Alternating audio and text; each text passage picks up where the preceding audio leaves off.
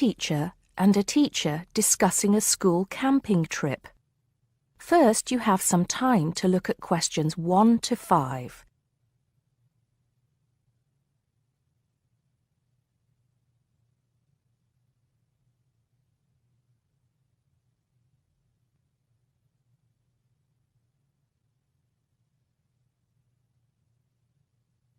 Now we shall begin. You should answer the questions as you listen because you will not hear the recording a second time. Listen carefully and answer questions 1 to 5. Good morning, Mr. Thompson. Can I speak to you for a moment? Of course, Jamie. Come in. Have a seat. I've just finished looking through the reports for this term. It looks like the pupils are doing very well. Yes, I think they are. It's all going fine. So, Jamie, what's on your mind? Well, I've been thinking about next month's camping trip, the one for Year 10. Yes, we've got it scheduled for the 23rd to the 26th, if I'm not mistaken. Actually, I think it's the 24th to the 27th. Let's just check. Oh, right. Yes, you're right. So... Well, I've been thinking about how we might possibly make this year's event even better than last year's. Not that last year's wasn't great, but... Suggestions for improvement are always welcome, Jamie. So, what have you been thinking about? Well, to tell the truth, I wasn't completely happy with the camp we used last year. It was rather small, and I didn't feel that the grounds were particularly well kept. Go on. I did some searching, and I think I found the perfect spot. It's called Shepton Meadows, and... Is that the campsite in the Lake District? No, actually it's just outside Carlisle. It's a huge site, and it's on a lovely lake, Lake Brant, I believe it's called. Half the site is forested, and the rest, the actual camping area, is grassy. For kids that rarely get to see anything more than concrete, it's ideal. And the facilities are amazing. There's a basketball court, a large pool, and a football pitch. There are well-marked trails through the forest for hiking, and the lake is there for swimming and other water sports. I believe there's even a lifeguard service. That sounds like it might suit our purposes perfectly. Did you happen to find out about availability and cost? Yes, as a matter of fact, I did. I called them yesterday evening, and there are plenty of spots available. And because we're a non-profit organisation, they said they would give me a reduction in the price. If I remember correctly, we paid £5 a head last year. Yes, per night, right? Yes, each child paid £10 for the 2 nights. Well, at this campsite, it's only £4 per night. And they told me that if we had over 50 children, which we do, they could give us a further 10% off. That's very reasonable, isn't it? Well, from what you've told me, I think we should probably go ahead and book. Excellent. I'm sure the children will love it. I'm sure they will. Before you hear the rest of the conversation, you have some time to look at questions 6 to 10.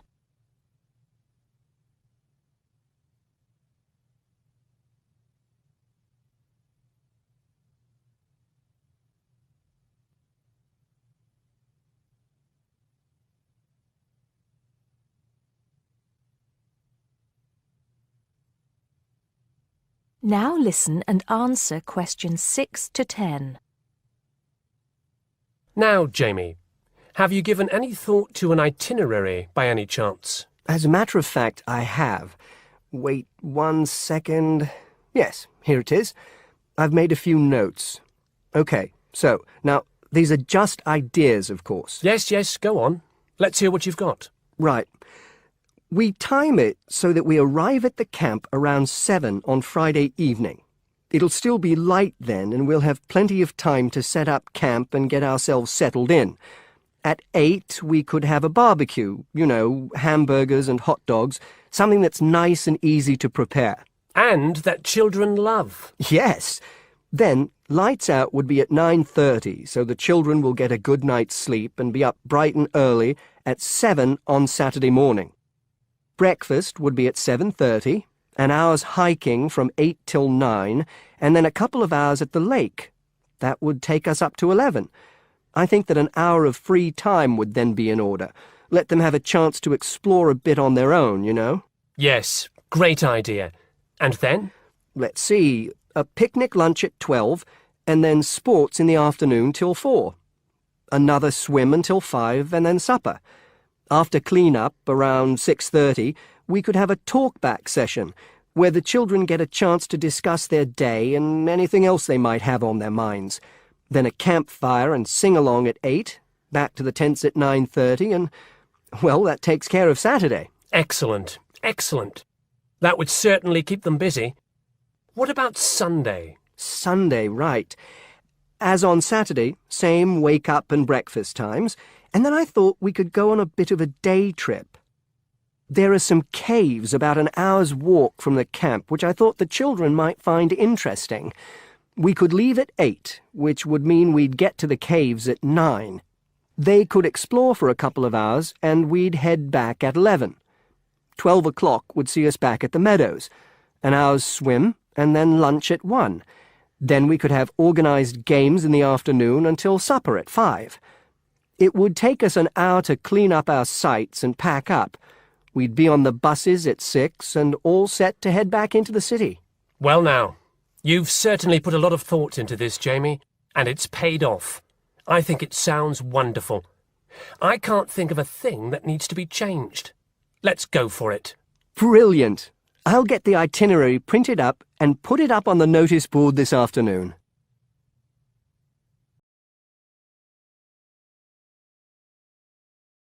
That is the end of part 1.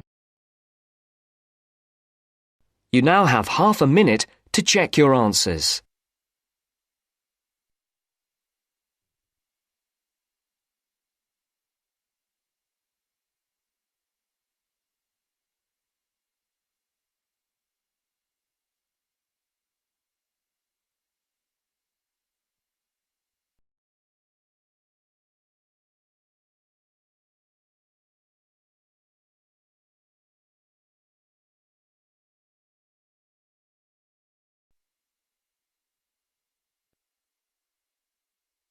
Now turns to part 2. Part 2. You will hear an extract from a talk about employment interviews. First, you have some time to look at questions 11 to 14.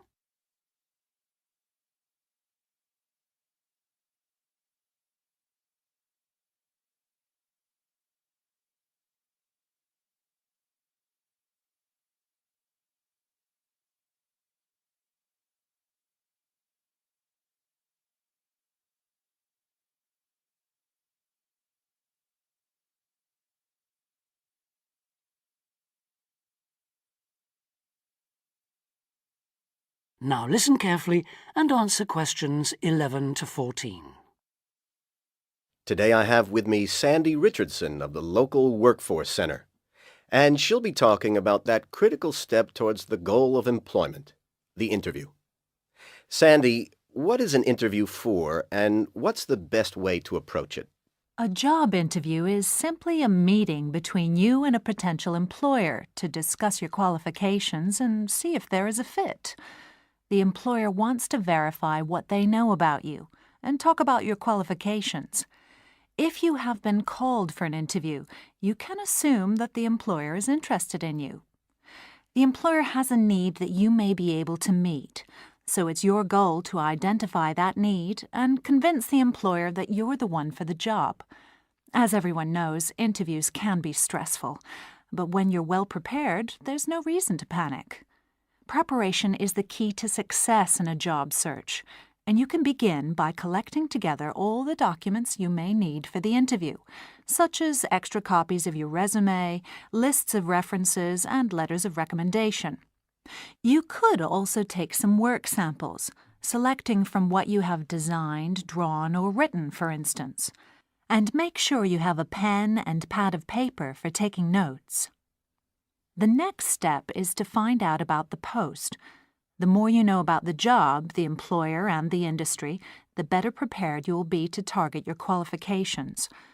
Always request a job description from the employer and research employer profiles at the Chamber of Commerce or local library. You could also try to network with people who work for the company or with employees of companies associated with it. The next step is to match your qualifications to the requirements of the job. A good approach is to write out your qualifications along with the job requirements. Think about some standard interview questions and how you might respond. Most questions are designed to find out more about you, your qualifications, or to test your reactions in a given situation. If you don't have any experience or skills in a required area, think about how you might compensate for those deficiencies. Before you hear the rest of the talk, you have some time to look at questions 15 to 20.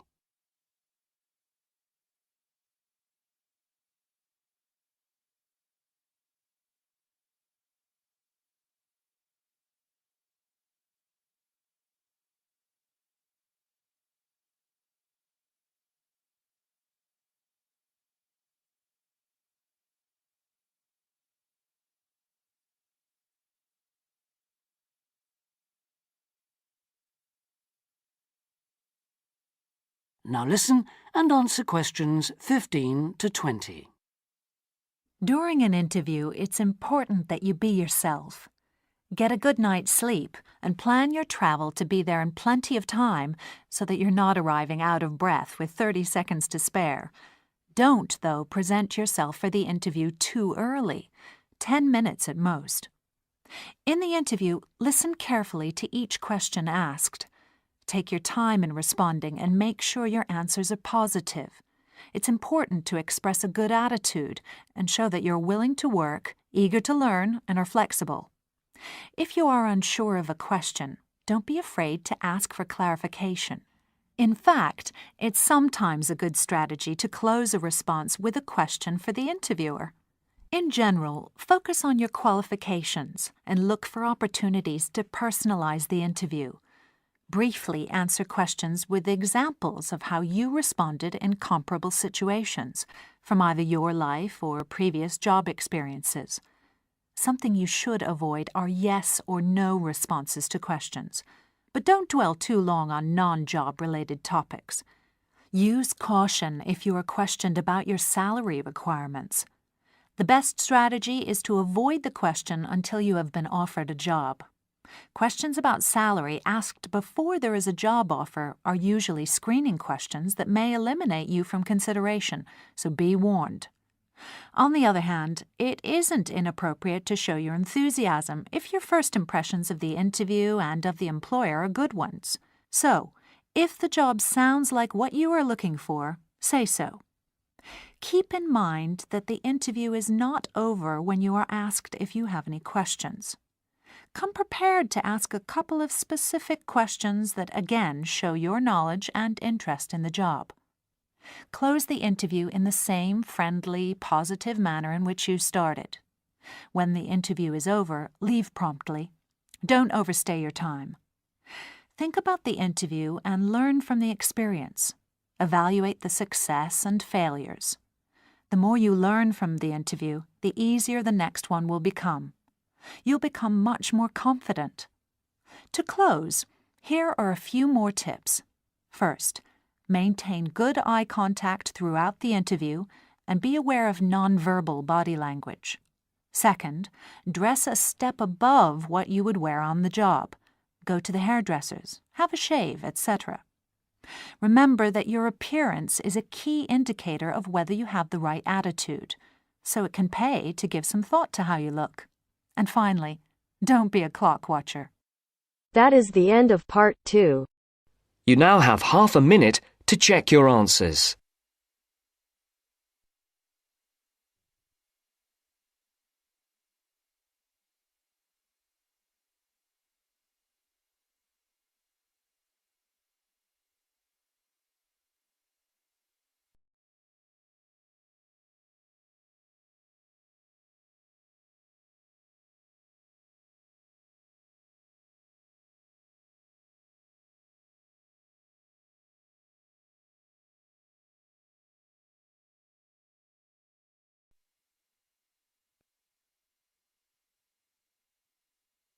Now turns to part 3.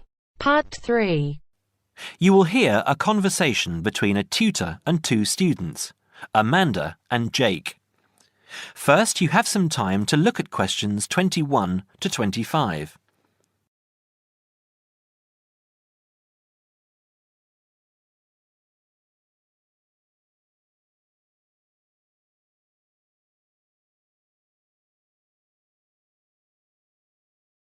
Now listen carefully and answer questions 21 to 25. So, Jake and Amanda, how did the project go? Very well, I think, Dr. Hinton. I certainly learned a lot and enjoyed myself at the same time. Me too. So, remind me, what was your project about? Basically, what makes successful people? Let's call them top achievers successful. Yes. How are they different from us? What do they do that other less successful people don't do? Interesting. And did you come to any conclusions? Quite a few, actually. Good. Share some with me then. Well, I'd always thought that a top achiever would be the sort of person who would bring work home every night and slave over it. But it appears not. Those types tend to peak early and then go into decline.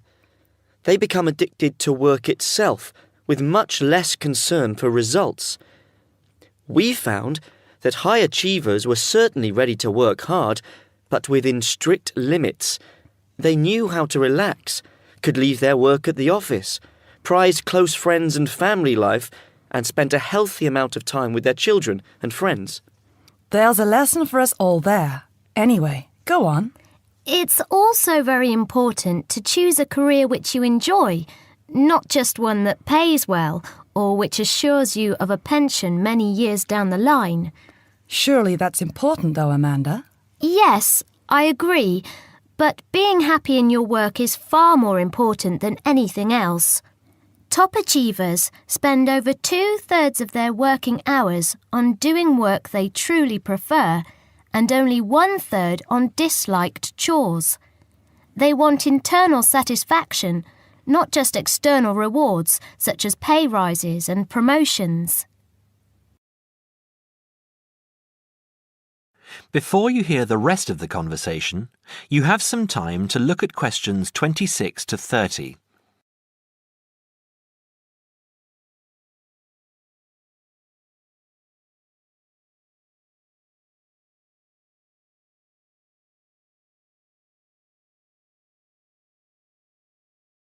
Now, listen and answer questions 26 to 30. Actually, in the end, they often have both, because they enjoy what they are doing, so their work is better and their rewards higher. Yes, Jake, that certainly makes sense. Now, can I ask you something? Do high achievers, as you call them, take many risks? Yes and no. I interviewed one business executive who told me he was able to take risks because he carefully considered how he could salvage the situation if it all went wrong. He imagined the worst that could happen, and if he could live with that, he went ahead. If not, he didn't take the chance. Other people prefer to stay in what I heard described as the comfort zone setting for security, even if it means settling for mediocrity and boredom too. Would you call top achievers perfectionists? Contrary to what I expected, no, I wouldn't. We came to the conclusion that a lot of ambitious and hard-working people are so obsessed with perfection that they actually turn out very little work. I happen to know a university teacher, a friend of my mother's, who has spent over 10 years preparing a study about a playwright. She is so worried that she has missed something, she still hasn't sent the manuscript to a publisher. Meanwhile, the playwright, who was at the height of his fame when the project began, has faded from public view. The woman's study, even if finally published, will interest few people. So, what has this got to do with top achievers? Well, Top achievers are almost always free of the compulsion to be perfect. They don't think of their mistakes as failures. Instead, they learn from them, so they can do better next time. Well, would you call them competitive? High performers focus more on bettering their own previous efforts than on beating competitors. In fact, we, came to the conclusion that worrying too much about competitors' abilities and possible superiority can be self-defeating. Yes, and we found that top achievers tend to be team players rather than loners. They recognise that groups can solve certain complicated problems better than individuals and are eager to let other people do part of the work. Yes, loners, who are often over-concerned about rivals, can't delegate important work or decision-making. Their performance is limited because they must do everything themselves. Well, it looks as if you two have done a thorough job and learned something into the bargain too. Now, there are just a couple of points I'd like to clarify with you. That is the end of part 3. You now have half a minute to check your answers.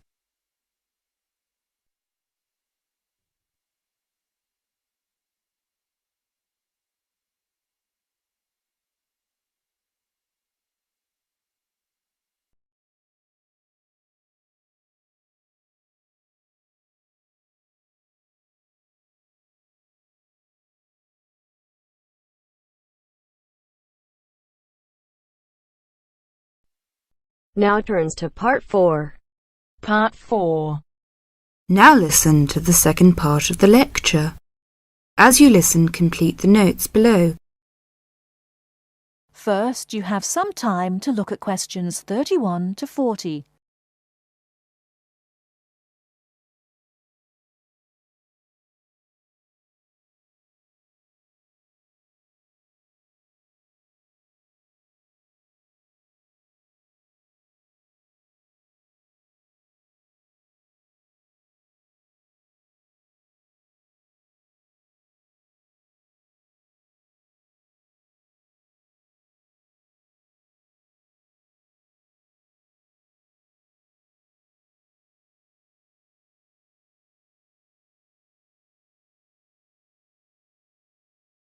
Now listen carefully and answer questions 31 to 40.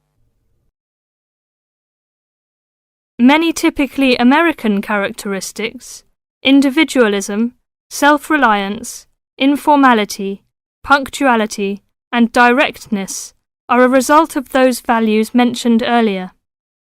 Other national traits could also be identified, however. 1. Americans cooperate. Although often competitive, Americans also have a good sense of teamwork and cooperate with others to achieve a goal. 2. Americans are friendly, but in their own way. In general, friendships among Americans tend to be shorter and more casual than friendships among people from other cultures. This has something to do with American mobility and the fact that Americans do not like to be dependent on other people. Americans also tend to compartmentalize friendships, having friends at work, family friends, friends on the softball team, etc. 3. Americans ask a lot of questions, some of which may to you seem pointless, uninformed, or elementary. Someone you have just met may ask you very personal questions. No impertinence is intended. The questions usually grow out of a genuine interest. 4. Americans tend to be internationally naive. Many Americans are not very knowledgeable about international geography or world affairs. They may ask uninformed questions about current events and may display ignorance of world geography. Because the US is not surrounded by many other nations, some Americans tend to ignore the world. 5. Silence makes Americans nervous. Americans are not comfortable with silence. They would rather talk about the weather than deal with silence in a conversation. 6. Americans are open and usually eager to explain. If you do not understand certain behavior or want to know what makes Americans tick, do not hesitate to ask questions. Just as values and traits differ somewhat from one culture to another, so do the personal habits associated with good manners and courtesy. While very often there does not seem to be any particular reason why a particular way of doing something is considered good manners, observing these cultural rules will make Americans more comfortable with you, and therefore you with them. It is, of course, impossible to cover all the possibilities here. If you are unsure in a situation, just ask. Americans like to be helpful. 1. Queuing up or lining up is essential. Courtesy requires that you do not push from behind, stand next to the person being helped, or cut into a line. If you should accidentally bump someone, you should say, "Excuse me." 2. Americans blow their noses into a tissue. Spitting, clearing phlegm, or sniffing as from a cold are considered rude. 3. It is considered poor manners to slurp, chew noisily, or open your mouth while chewing. 4. Questions are seen as a good way of getting acquainted, but questions about a person's age, financial affairs, cost of clothing or personal belongings, religious affiliations and sex life are considered too personal for questioning, except between very close friends. 5. Men generally do not hold hands or link arms in public with other men. This is somewhat more acceptable between women and quite common between men and women. Now, a few words about personal safety. Unfortunately, in the US one must be aware of crimes. It is wise to be especially careful until you are familiar with the community in which you live. Remember that good judgment and common sense can significantly reduce chances of having an unpleasant and perhaps harmful experience. Basic safety rules include the following. 1. Do not walk alone at night. 2. When you leave your room, apartment, or automobile, make sure that all doors are locked and all windows are secured. 3. Do not carry too much cash or wear jewellery of great value. 4. Never accept a ride from a stranger. Do not hitchhike and do not pick up hitchhikers. 5. Be careful of purses and wallets, especially in crowded metropolitan areas, where there may be purse snatchers and pickpockets. 6. If a robber threatens you, at home or on the street, try not to resist unless you feel that your life is in danger and you must fight or run away. Give up your valuables as calmly as you can, and observe as much as possible about the robber to tell the police when you report the crime. A final note. Keep an open mind. Don't judge what you see as right or wrong, but make it a challenge to try to understand the variety of American behaviours which you may observe. You certainly do not have to participate in something you disagree with, but you can try to understand it. This will help you build an attitude of intelligent and liberated respect for cultures, both your own and others. That is the end of part 4. You now have half a minute to check your answers.